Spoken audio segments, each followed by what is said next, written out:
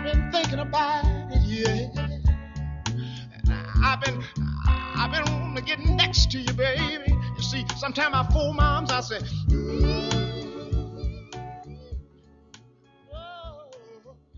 We know there are many choices in internet radio, and the staff and host of LA Talk Live would like to thank you for choosing the internet's hottest destination for the most eclectic sound and invigorating talk. This is LA Talk Live. We are more than just talk.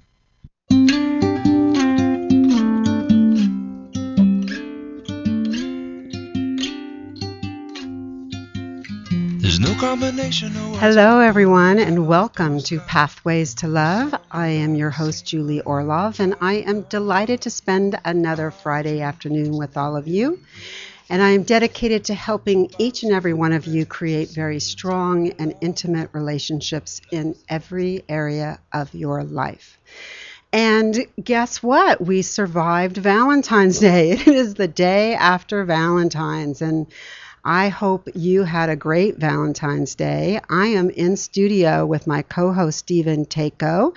Stephen Tako is a very talented actor, motivational speaker, and author of Motivated to Act. So thank you for being here again, Stephen. Thank you for having me as usual. So, well, first, let's all give him a round of applause. So tell me, so how was your Valentine's Day? How did it go for you? Well, let's see. I saw my son the night before, and I gave him a box of chocolates. Oh, that's just sweet. Nice. Yeah, and I even said, share these with your mom, my ex-wife. That's very good. And then, and they don't like neither of them like the gooey filling ones, But I'll eat anything that's got chocolate. So I said, so don't throw them away. Just save me all the gooey ones that you guys stick your thumb through that you decide you don't want. Right. And I'll eat those. Right. But as for Valentine's Day itself, at first I was sitting at home and I was thinking, I'm single and I don't have anywhere to go. And I actually, this girl on Facebook, responded, oh, I wish I had something to do too or whatever. And so I said, well, let's meet for coffee. And she's like, yeah, that's great. But, I can't tonight. So I'm like, so maybe in the future, hey, you never know. But I thought instead of sitting home, thinking about how I'm single, I got invited over to visit with a guy who lost his wife last week to cancer. Oh, my. So, and it really felt good. Rather than sitting there thinking about, oh, I'm single, blah, blah, blah, whatever. I was actually able to go and think about somebody else's needs. Right. And be with that guy. He's kind of in shock still about losing his wife. Right. So it really turned out to be a nice evening. You know what? What a lovely thing to do. And, we were just talking about before the show started that Valentine's Day is really about opening up your heart. It's about feeling love, being open to love. And that love comes in all different forms and it looks different. Yeah. So what a lovely Valentine's Day. What a lovely gift you gave to your friend. So that's really nice. Thanks. Yeah. So I had a very nice Valentine's Day. Oh, tell us about it. Well, don't go into all the details like you usually do. No, me go into details? I don't even understand what you're talking about. So my guy took me out to a nice dinner. He actually picked the place that we went out on our first date. So that was very sweet. Oh. Yeah, and then he was going to say Bob's Big Boy, was it?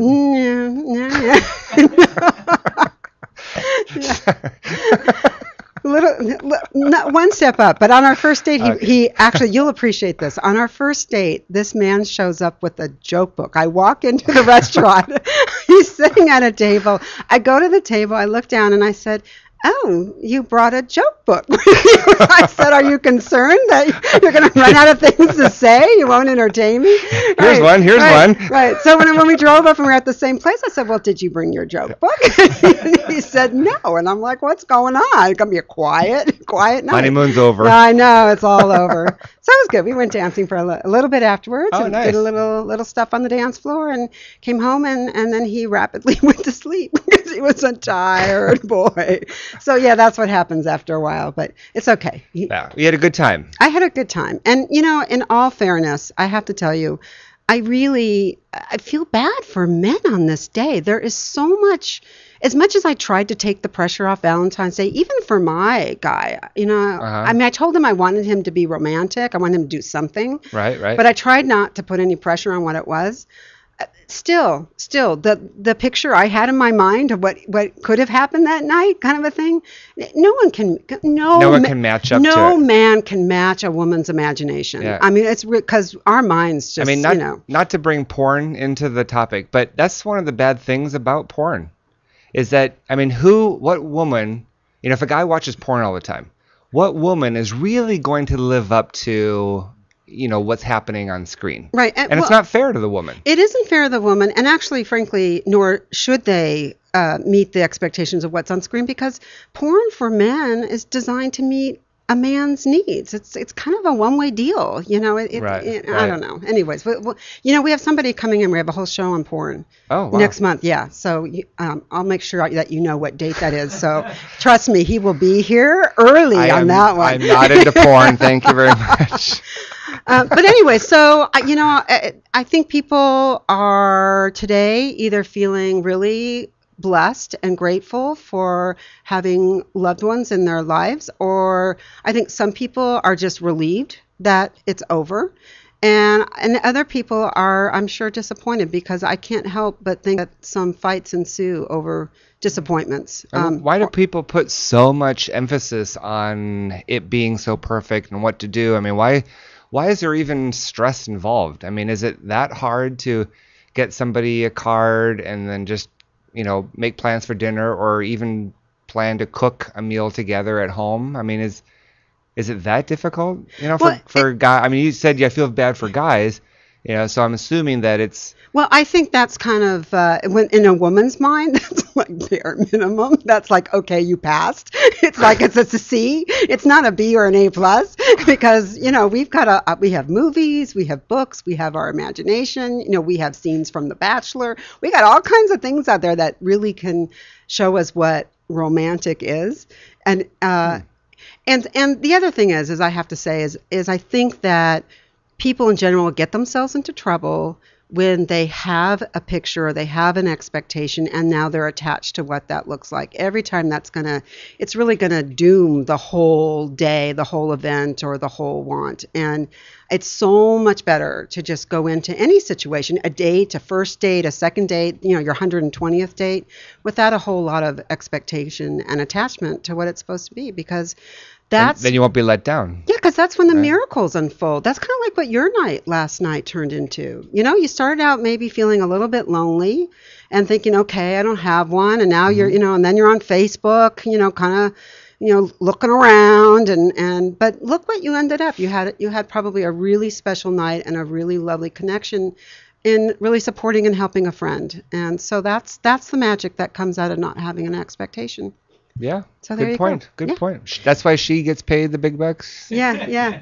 That's why she has all those titles next to her name. Oh, all those titles. Okay. Yeah, they come in handy sometimes, and other times they don't even do me a bit of good, let me tell you. So, all right. So we have a guest today. Our guest is on the line. We have our guest. She's located back east, so she's not in studio today. We are talking about breakups, disappointments, and renewals today. And I am pleased to invite on the phone to welcome Ellen Smoke. Ellen, are you there? I am. Can you hear me? Yes, I can. Ellen, let me just tell our listeners a little bit about you, and then we can jump right into the conversation, okay? Sure. Okay, so Ellen Smoke, she is the author of Breakups Are a Bitch, but Getting Over Him Doesn't Have to Be. I love that title of that book. And she's referred to as the badass guide to beating a broken heart, and it's rapidly becoming the go-to guide for women around the world suffering through the pain of a breakup or divorce. Due to the overwhelming response to her book and her audience's need for additional coaching, Ellen has turned her revolutionary Heartbreak Guide into an entire transformational system that alleviates the pain and suffering of a broken heart in just 30 days. And I have to tell you, the most emails and phone calls I get are from people who are in pain over a breakup. So this is a huge topic. So Ellen, let me just, take a guess that this is a personal book that came from a personal experience. Is that a good guess? Yes. Did the name give it away? Did the title give it away? Very personal. And thank you so much for the compliments on the title. I'll tell you, so many people laugh. And I had a lot of men actually asking me when their book is going to come out. So I think men are feeling a little left out, and I get more comments from men on how funny that title is even than I do from women.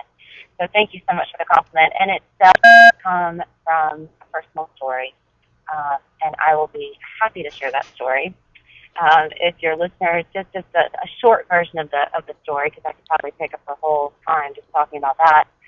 But I actually had an engagement end last summer, very heartbreaking, devastating breakup in my life. This was with a man who, at the time, I had no doubt that he was the one. He was my soulmate. We had met about 7 years prior to getting engaged. We had a short, hot romance. And then a couple months later, I picked up and moved on the other side. And here he came knocking 7 years later. He found me. He was able to Google me and find me and sent me an email. And it felt as though the stars had lined up and the universe had opened up. And there we were, meant to be. And we fell in love and had this long-distance flirtation and romance. It was the most wildly fun, emotional, sensual thing I've ever experienced. And we ended up getting engaged, and I moved back to the East Coast. I've been actually near you guys down in San Diego. Moved back to the East Coast to be with him. And we didn't get married right away. We moved in together. We started working together, actually started working for his company. And a couple years later, he looked at me one night and he said, I don't think I want to get married again. And his story is that he had been married and had had his heart broken as well. A woman had left him, walked out of him. And it was as if he was getting spooked again. And I stayed, and I tried to work through it. I was already a yoga teacher at this time. I was already writing self-help articles around the web, deep in personal development and self-actualization. So I thought that I could fix him. Ellen, this is so important because I think people get really thrown a lot by these out-of-the-blue breakups. And it happens. I'm always amazed that people don't see it coming, and it sounds like you didn't see it coming. I chose not to see it coming. That's probably the best way I can put it. I chose not to see it coming because I was so in tune with self-awareness, and I was trying to learn and grow so much for myself. And I believe I brought issues into that relationship, too. We all do, right? We all bring baggage into a relationship. I brought mine in, and I was confronted with some of my issues almost immediately in that relationship. And I had to work past things. So I thought, okay, I've done my work. I can stick around for him to do his work, whatever that might be. Was it an abandonment issue? Was it a fear of commitment? I don't know what it was, but I can stay, and I can stick this out. And it almost became a mission of mine to stick it out and to make this work. And a couple years later, we were engaged for close to 5 years, 4.5 years it took for this relationship to completely end. And so, for those listening out there, I'm going to interrupt you for just a second because I think that's a red flag right there. Because like 4.5 years is a long time to be engaged, don't you think, Ellen? It is a long time to be engaged, and part of that was my fear in the beginning to go through with it. So here we were, these two people who madly loved each other, and we're given this opportunity to be together.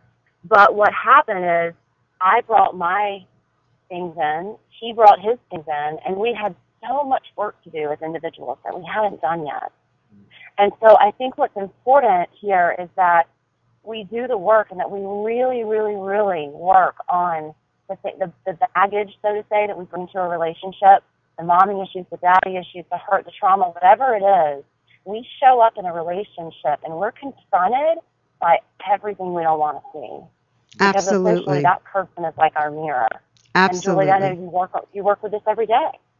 Well, that's actually the foundation of my program, The Pathway to Love, is that relationships are here to serve as mirrors for that exact same thing that you're talking about. So I totally agree. I mean, two people hopefully step up and when they're in a relationship are ready to take responsibility for their stuff and, create a space where it's safe for the other person to do so as well. And when we don't like what the other person is doing to us, and we remember this is a mirror, then we have to start changing ourselves. Exactly. So, instead of spending so much time, because it's so true. And whatever we start blaming the other person for doing is so often what it is that we need to stop doing too. I remember that happening in my relationship with my ex. I would react to him in a certain way, and some sort of trait that he had or fear that he had. And then when I stopped to think about it like a mirror, I thought, I'm doing the same thing too. We're reflecting each other back and forth. And I have no doubt that he was a soulmate, and he was the one at the time. But we have multiple soulmates, and I think we're put in our lifetime. We're confronted with our soulmates, whether they're friendships or business partnerships or romantic relationships. Those soulmates are our master teachers in disguise. Whether or not we stay with them forever, they are the ones who can transform us. And that's what that relationship did to me, and that's what led to the book, which I can get into. It at any point. I think it's important for the listeners. No, I was going to say, I guess what I want to know is, it sounds like, again, while there may have been issues in the relationship, so you knew that there were some issues about commitment, maybe on both ends, but certainly towards the end, it sounds like it was more on your fiance's end. And when he called it, a lot of people really fight that. So they really fight for the relationship, and they have a hard time accepting, no, I want this to end. What was that like for you when you kind of got that, okay, this man's serious, he does not want to marry me? And did you find yourself resisting that reality at first, or how did you work into that acceptance of, okay, this is over? Because that's hard for people. That is hard, and I talk about this in my book. Actually, I go relatively deep into the 5 stages of loss. So first we're shocked, and then we go into denial, and then typically into anger and into depression, and then finally, hopefully, into acceptance.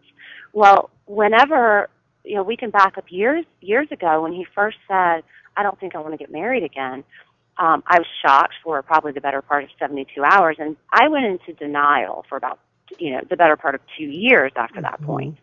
I was definitely, I think, because we had such a push and pull and a struggle there for a couple of years, I probably went through all 5 of those stages over and over and over again, because he would, as soon as I would go to leave, he would say, no, I want to get married, please don't leave me.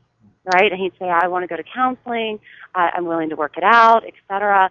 And he would reel me right back in. Oh, these are some of the most... through all 5 of those cycles again. I know there's people out there struggling with that. Yeah, that's like a head trip, huh? I can't tell. Those are the most painful situations that you can come across. The people that say, I don't want you, but when you finally say, okay, I get it, I'm going, they say, oh, but wait, maybe I do want you. And that just can be a very vicious cycle and kind of crazy making, besides really emotionally just very painful. So I'm sorry, Ellen. It is painful. Yeah. Oh, thank you. Well, your question was more about the acceptance part, but I wanted to go into those 5 stages because I have women all around the world, dozens sometimes a day, writing into me, talking about the cycle. What should they do? And so I wanted just to tell everybody listening that they are not alone, and it's hard. It's very, very hard. What needs to happen, and what happened with me, is I got to a point one day, as lightning struck me right on top of the head. I woke up and I realized that if I was willing to let somebody treat me like that and yo-yo me back and forth, what did that say about my own self-worth? What did that say about my own self-respect, my own self-love?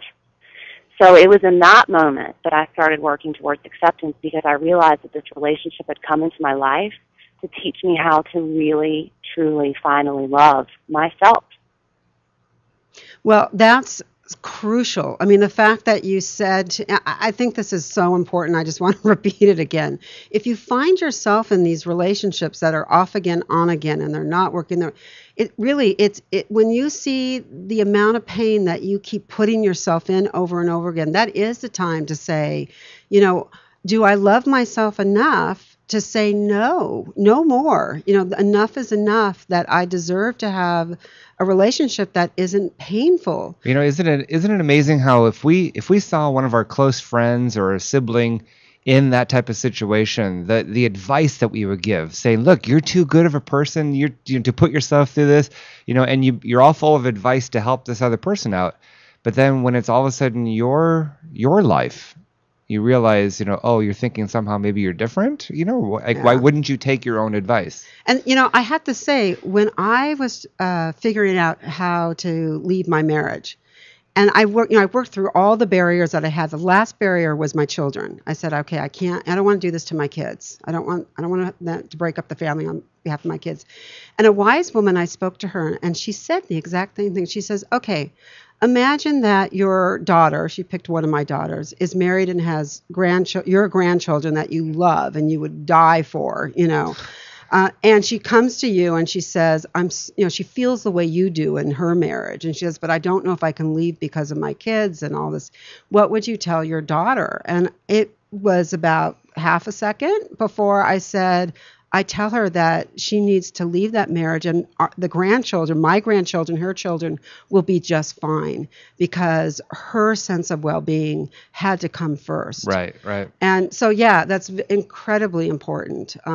So anyways, So Ellen, okay, so you really reached this important, pivotal moment where you decided to choose you, really, and that's great. And so then what happened after that? Well, you just said a very important word, which was choose. I chose myself in that moment. That I chose myself before anything else. And then I chose to heal. And I had been going through this struggle and this process for a couple of months, but I was not ready to let go until it was that very moment. And something inside of me also told me that if I didn't choose to heal, I could choose me all day long, but without taking proper steps to actually heal, that all I would do was brush my broken heart underneath a rug, so to say. So it was in those next couple of days that I started realizing that I had learned so many tools throughout my yoga practice, so many tools throughout being a life coach at one point for a personal development program. I had tools in my toolbox, so to say, in my back pocket, that could actually help me start to get better and help me not cry and help me actually look forward to getting up in the morning again and help me, really rebuild my life. So what I did is I started pulling together all my resources, my meditations, my affirmations, my mantras, different ways that I could literally start to put the pieces of my heart back together. It was a very cerebral decision. It was a very conscious decision to heal. I look at heartbreak just like losing 10 pounds. It's not going to go away on its own. You can go to the gym on January 1st and buy a year-long membership. But if you stop going after January, you're not going to lose those 10 pounds. For me, I put myself literally on kind of a heartbreak regimen for 30 days. I called it my timeout. And every 3 times a day I meditated. I my affirmations throughout the day. I listened to meditation CDs when I went to sleep at night. It was a regimen. And I know that sounds kind of hardcore, but I mean it really was kind of hardcore. I call it hardcore. You've got to make a conscious decision to get over these things. But I also want to say, and this is what a lot of people write into me about, they say, how do you make the love go away? And what I say to them is that we're not trying to make the love go away. We're not trying to fall out of love with people. We're so fortunate to have love to begin with, to be able to open ourselves up and feel that. We're not trying to make that go away. Amen. What we're trying to do is retrain the thoughts in our heads so that they don't bring us pain anymore. so that we can listen to a song come on the radio that reminds us of our ex and not cry. It's so that we can have memories of our ex, the ones that are kind of burned on your brain, like the first time you made love, the first time you saw him or her, the first time you know, whenever you had children or got married. Those are the thoughts that leave us stuck in the past. And it's so much easier for our minds to think about the past because we've been there before and we know it and we can see it than it is to think about the future. So our mind automatically defaults to the past.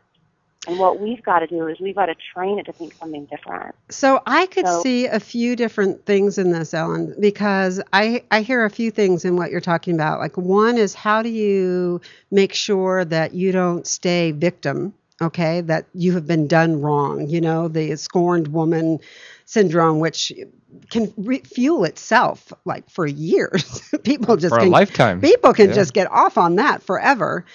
So there's something about switching those kinds of thoughts and perspective. And then there's something else. Well, let's start with that. And then there's something else that you said that's interesting that I want to talk about afterwards. So speak to that. How do you go from feeling, you know, I've been done wrong to being able to feel like you weren't a victim? That's a really good question. Well, first of all, I want everyone, if you haven't started this process of really starting to heal and really starting to look at yourself and assess your relationship, if you're still in a point of obsessing your relationship and being angry and being sad, I want you to give yourself 72 hours to cry your little eyes out, to pout your pretty little face off, to talk to whoever in your life about it that you want to talk about it, to scream, to bitch, to moan, to wail, whatever it is, get it out. You know, we can't move forward with all this negativity in our bodies. So first we just need to get it out. And after those 72 hours, I want you to make a commitment to yourself that it's time to heal. To get to a point where we're not angry and mad is a process. We have to let ourselves go through these stages, but I think it's a good idea to give yourself time limits. So if you're in the crying stage, give yourself a time limit and then say to yourself, you know what, I've been there, I've done that, I'm not going to do that anymore. If you're in an angry stage, give yourself 72 hours, be as angry as you want, or 20 minutes, whatever time you need. Just don't let it go on too long, and then say to yourself, you know what, it's not this person's fault anymore that I get angry, that I'm angry, that I feel sad. Because really, all of us do the best that we can in a relationship. I show up the best I can. My ex showed up the best that he could. We did the best that we could with the tools that we've been given. So forgiveness comes from a place of being aware of that. You and know, being okay with that. I love the idea of setting up a time limit. And I know that, though, for a lot of people, when it comes to grieving, it comes in waves. In other words, I remember I can't remember what it was, but I was very distraught and I was devastated. And yet, you know, I had to get my 3-year-old to preschool. You know what I mean? So I remember, you know, I have to pack. You know, there was something like, you know, Right. So there needs to be, I would think, a balance, though, between saying I can give myself this time to be angry, I can give myself this time to grieve, and yet there's those other times where you say, well, you know, I can't really grieve right now because I have to get my 3-year-old up and dressed and I need to get her to preschool and I need to have it together to do these things. So there's an interesting, I think, flow between giving yourselves those mini, you know, like you say, those mini deadlines, and yet giving also permission to where grief comes in waves. I don't know, did you find that your grief over your marriage came in waves, Stephen? Yeah, because I was in an immediate relationship, you know, right as when I went in, like I knew that I had feelings for somebody else, and that's when I finally said that, you know, to my wife, we're done, because I didn't want to have a wife and a girlfriend. Mm-hmm. And, you know, and it's not the way that I recommend things, but I say that then that relationship I knew was not going to really last forever either. So, yeah, it went in waves. I went through serious depression, but like she said, I cried my eyes out. I allowed myself that time to cry my eyes out. But then I'm like, okay, life goes on. Let's move on. God's going to send another person to me in my life. Right. So, Ellen, you can still hang out with us, right? I sure can. Okay. I'd love to. So hold on. We need to take a break, but we're gonna come back and then let's work through that process so that people get a really full idea of what your process looks like, and so they can take from that and learn from that. Okay, you are watching Pathways to Love. This is Julie Orlov, and we will be back in 2 minutes. So we will see you soon. What does it take to please you? Tell me just how I can satisfy your woman. You're driving me wild. Break up to make up, that's all we do. First you love me, then you hate me. That's a game for fools. Break up to make up, that's all we do. First you love me, then you hate me.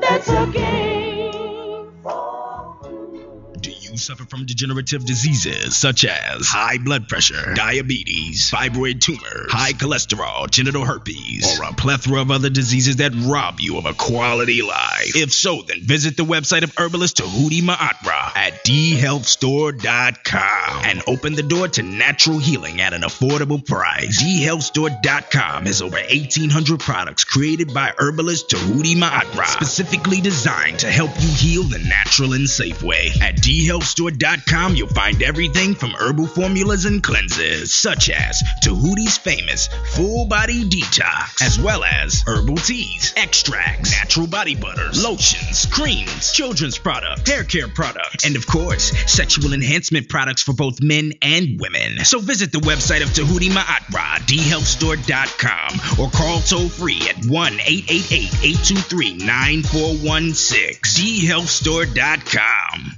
Get the biggest and fastest refunds on the planet, guaranteed. One call to First Quality Tax Service does it. First Quality Tax Service is committed to their model of triple protection, worry-free, peace of mind accuracy guaranteed. In these difficult economic times, First Quality Tax Service has created options to help you avoid the upfront cost of their service, which means no out-of-pocket expense for you, assisting in personal and business tax preparation. Call 310-677-1047. That's 310-677-1047. Or stop by 1401 North La Brea Avenue on the corner of 64th Place and La Brea.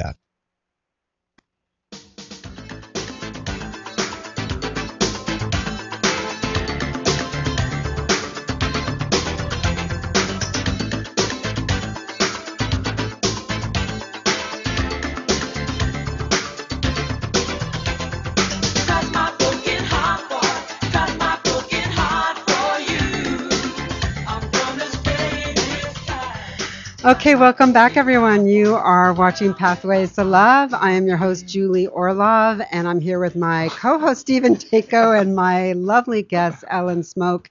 We are talking about breakups, disappointments, and renewals. Clearly, Stephen is on the renewal end as he is bopping out. He's over his heartbreak. He's ready to go. He's ready to party.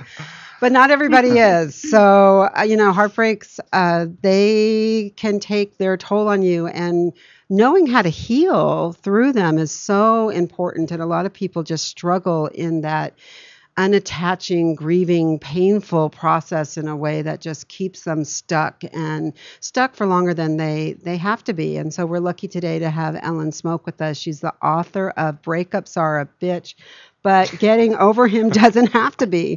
So welcome again, Ellen. So, all right. So we're talking about the concept of giving yourself some boundaries to your emotions, whether that's crying it out for 3 days, or if you need to break it up, let me give myself an hour, and then I have to go make dinner, and I'll get back to this later. It's really, I think what's important here is the concept is that we can moderate and we can manage our emotions more than we think we can. And I think that's really important for people to know, so that if you're in the middle of heartbreak, it doesn't mean that your emotions are going to take over your complete life and your complete psyche.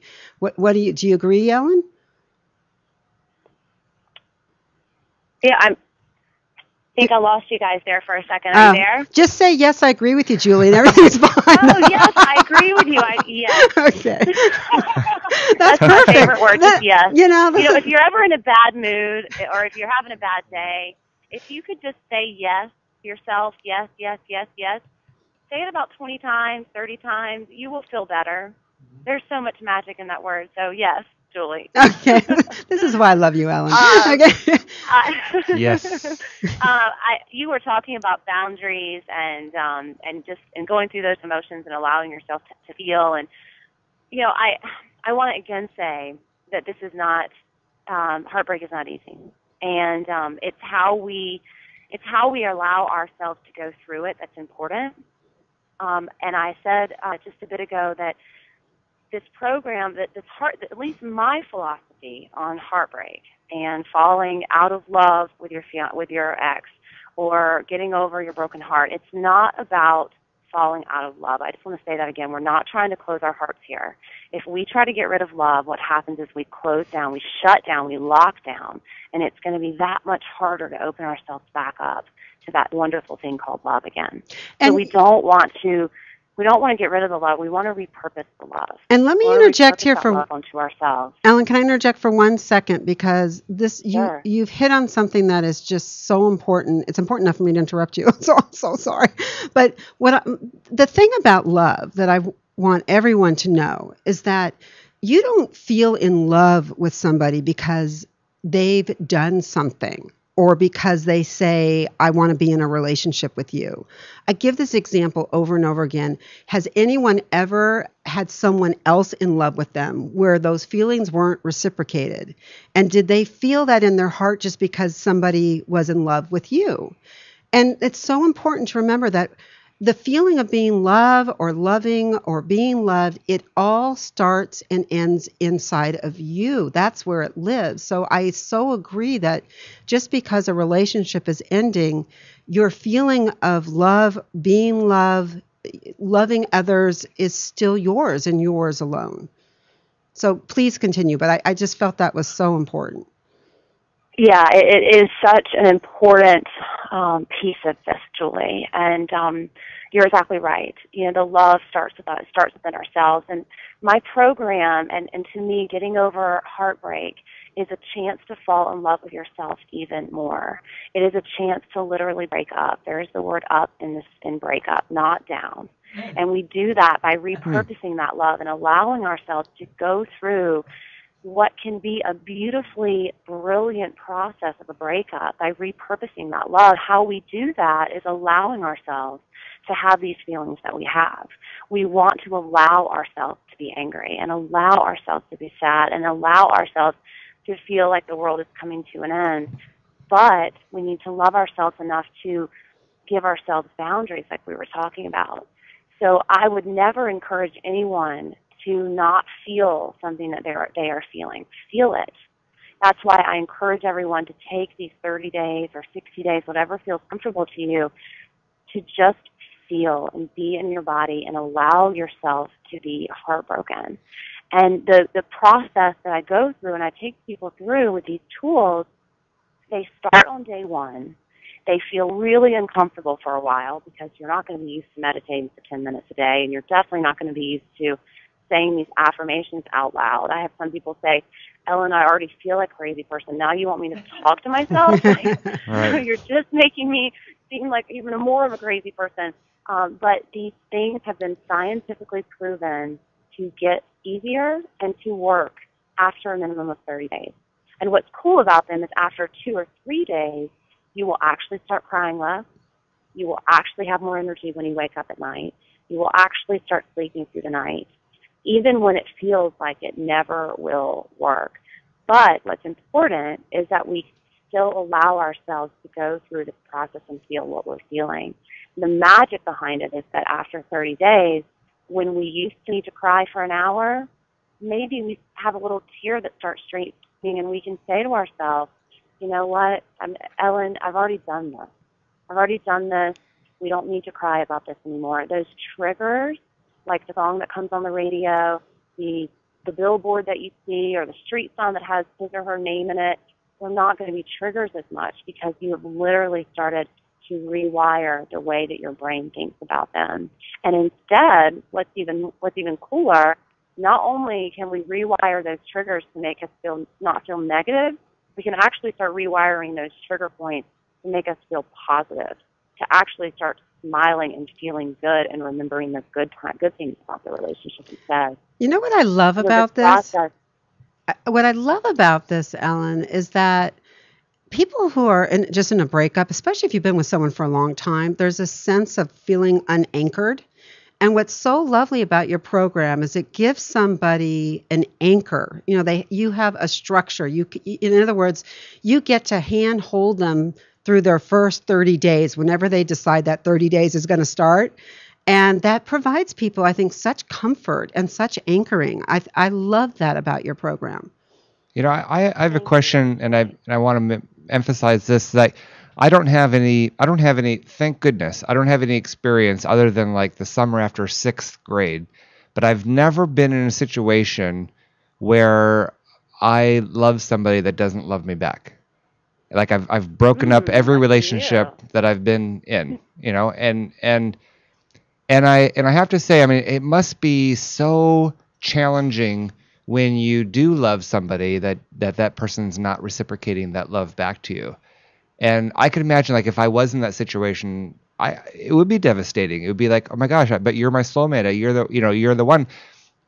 And so what you're saying, what I'm hearing, Ellen, is that if somebody is going through that, where they're feeling that they don't have that, you know, their love is given out, but it's not returned, that those people really need to work on their own self love, right?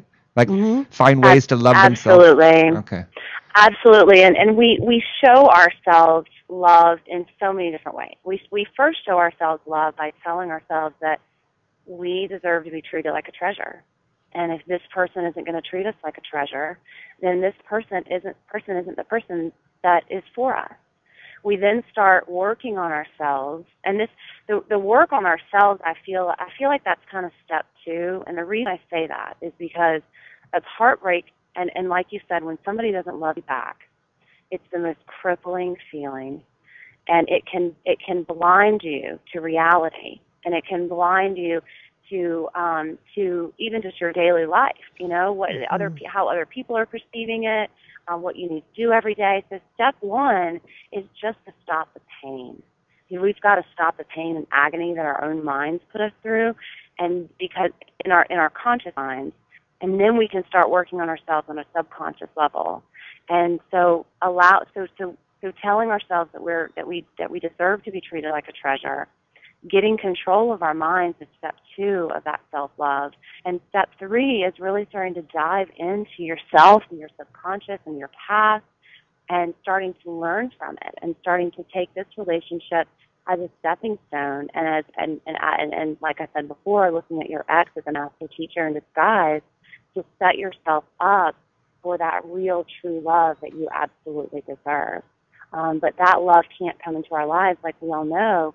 That great love can't come into our lives no one can come into our lives and love us the way we really deserve to be loved if we're not loving ourselves like that first. So that's the icing on the cake. You know, we do this work, we get control of our minds, we do the actual tools, and we start doing the work on ourselves. We don't jump into another relationship just because we're feeling lonely. Like we can't be alone. And then the real icing on the cake, you know, the gold at the end of the rainbow is doing the work and loving ourselves so that somebody else can appear in our lives that can love us that same way. We're going to attract people that love us the way we love ourselves. It's really interesting because when somebody rejects us, the first default that most people go to is that, well, what was wrong with me?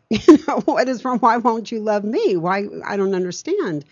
And it's amazing. It's the first thing that people need to do is to separate out your lovability, who you are as a human being, separate from who has the right to determine if anybody else is lovable. It's like when you think about it from a really objective perspective, it's really crazy thinking. I mean, we're all lovable. And do you ladies, do you think that, would you agree, because I think so, that this is a lot tougher for women, to deal with? No. No? I wouldn't agree. I say that because I think you haven't had the experience.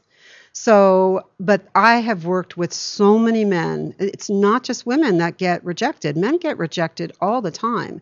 So their feeling may not be, am I lovable? It may be, am I man enough? Am I good enough provider? Or, whatever your issue is, it's going to be fill in the blank. For a woman, it may be I'm not lovable enough. It may be I'm not smart enough. I'm not funny enough. I'm not sexy enough. I mean, who knows? But it's funny how we can decide so easily that one other human being determines our worth. Yeah, I guess I was thinking in my head, like when so many marriages break up, like when people are in their 40s, and and then all of a sudden usually women are thinking, oh my gosh, I'm out of my prime, and and I'm getting older, and who's gonna want me? I'm gonna have to find a guy in his 60s, or what I mean.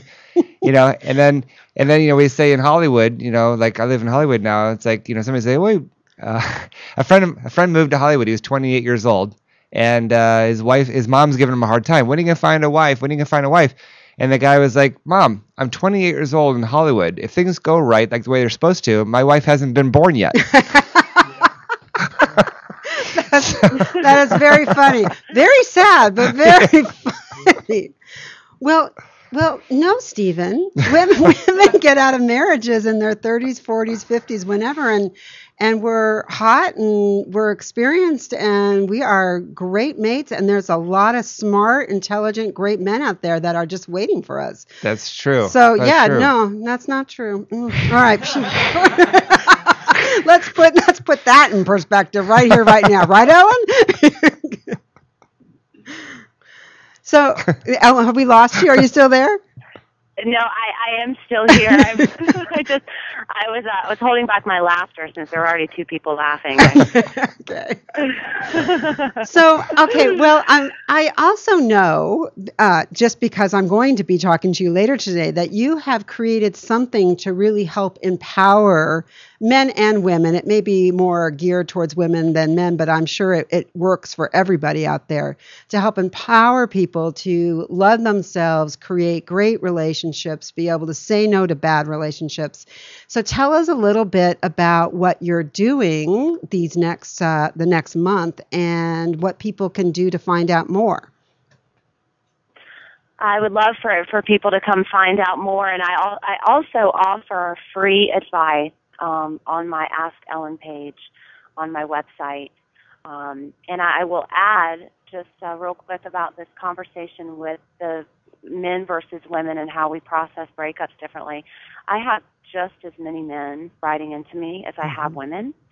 And I think that you hit the nail on the head, Julie, that the rejection, it's what that rejection triggers in us. It triggers something. It triggers something very deep, and oftentimes not aware of it. The one exercise I'd like to leave your listeners with is all of those questions that you're asking about your ex. Why did he do this? Why did she stop loving me? Why did he move out? Why did he always get angry at me? Why did she do this? Stop for a moment.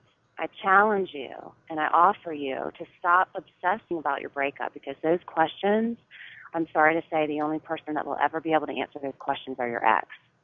Anytime you ask a question about your ex. So, I know how us girls are. We sit around with our wine, or we sit around in front of the TV, and we say, well, maybe it's because he was feeling this way. So we've got to stop doing that and start assessing ourselves instead. So I would just offer that to anybody listening.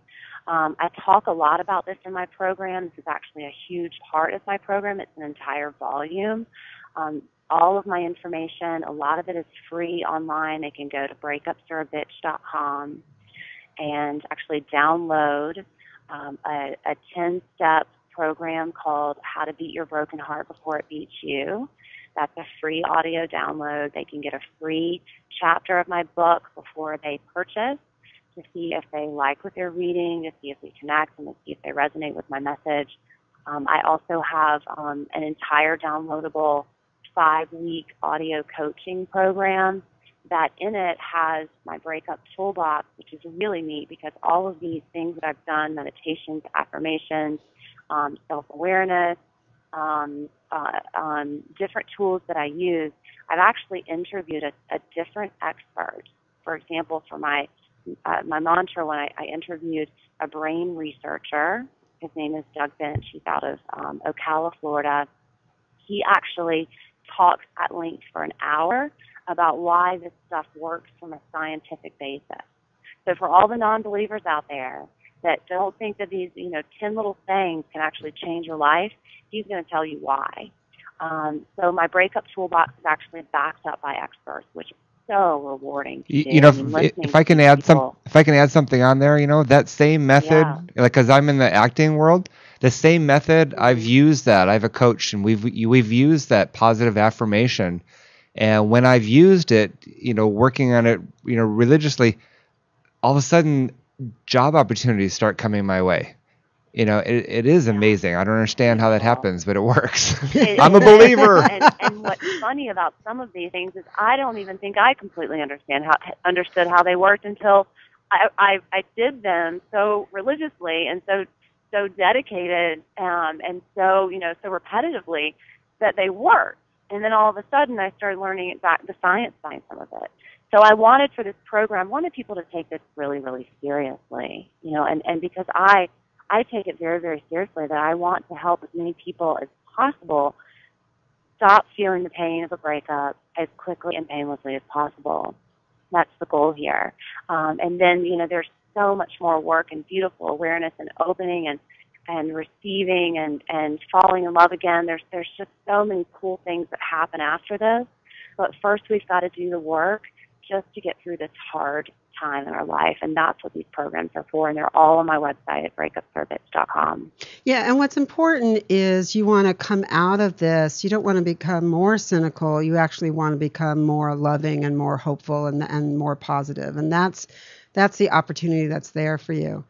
And before you go, Ellen, I know that you're also the creator of Cupids Roast that's going on right now. So do you want to tell our audience a little bit about that and how they can sign up for that?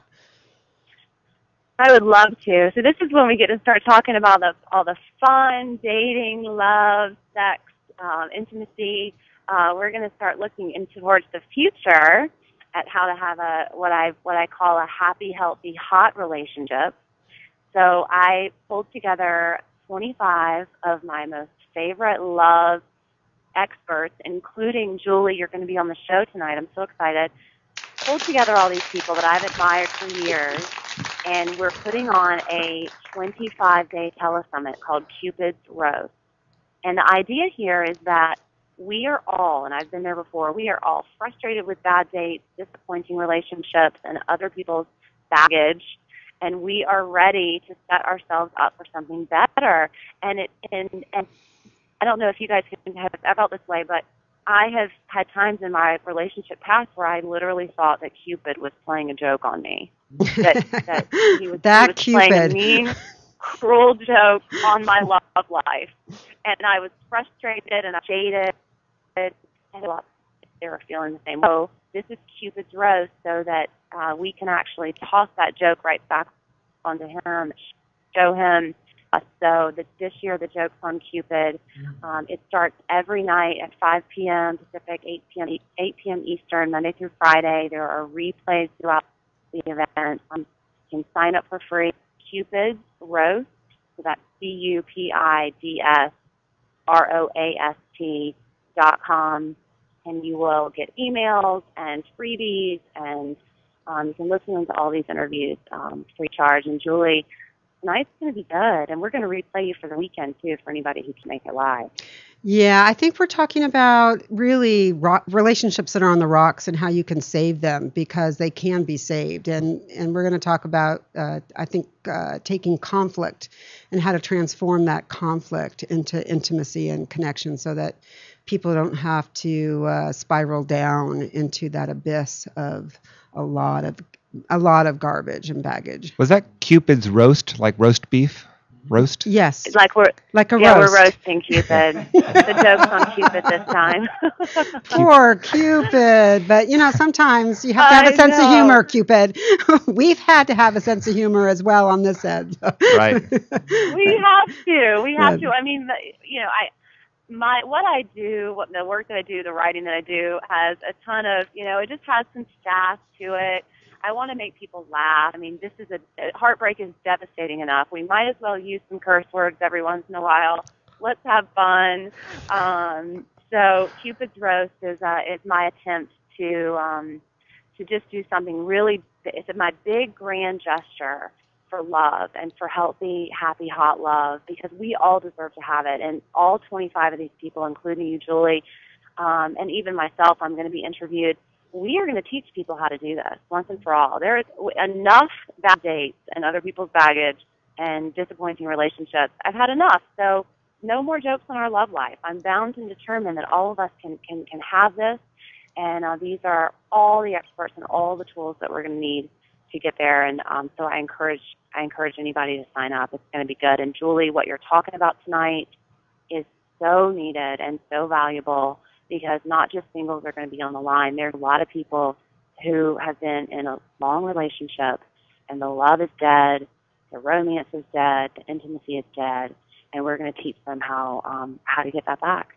Yeah, and it really doesn't matter if you're in a relationship or not, because everyone is in a relationship with many people. It doesn't have to be a romantic relationship. Yeah. Conflict occurs everywhere. And these are valuable tools in a process that you can use not only with your future or current romantic partner, but with anybody in your life, because our relationships are so important.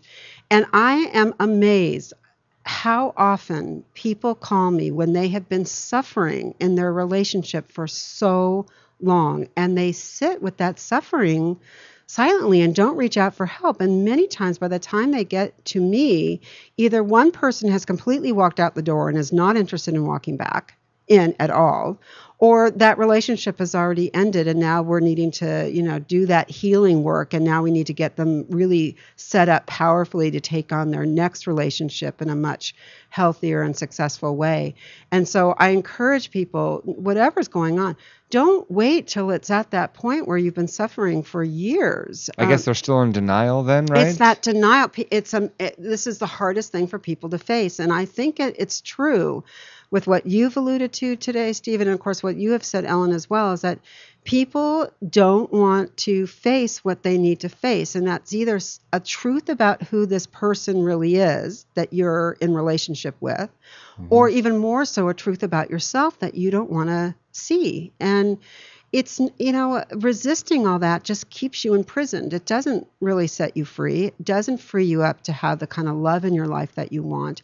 And I promise everyone out there, it's simply not as scary as you think it's going to be. People tend to be afraid of change, right? They get so afraid of the phantom out there, and it's really, it's not real. I mean, there's things to look at, but it's not going to kill you. It's not that scary. And once you get past that and you get really centered with who you are, then you discover that who you are is the best thing possible, no matter what happens. Then it really doesn't matter. If the relation's meant to be, that's great. And if the relation isn't meant to be, that's great too.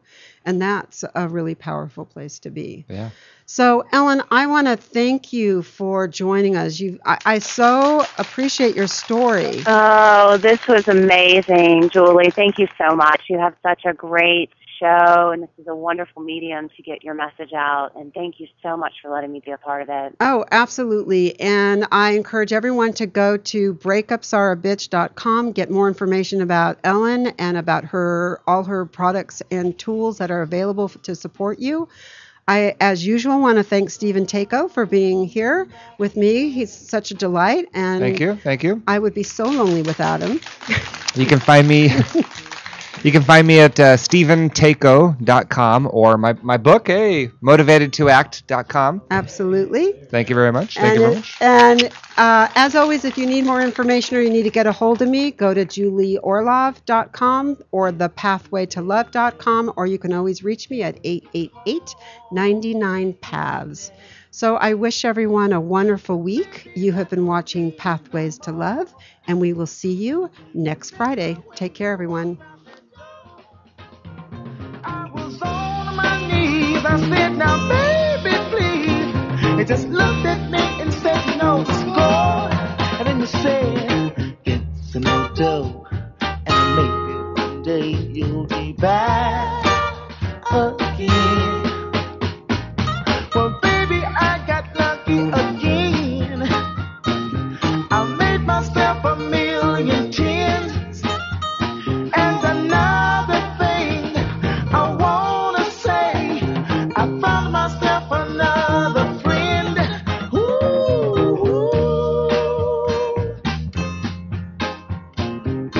Think you got your food mixed up.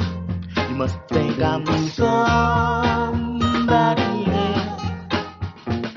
I think you got your food mixed up. You must think I'm somebody. We know there are many choices in internet radio, and the staff and hosts of LA Talk Live would like to thank you for choosing the internet's hottest destination for the most eclectic sound and invigorating talk. This is LA Talk Live, a lot more than just talk.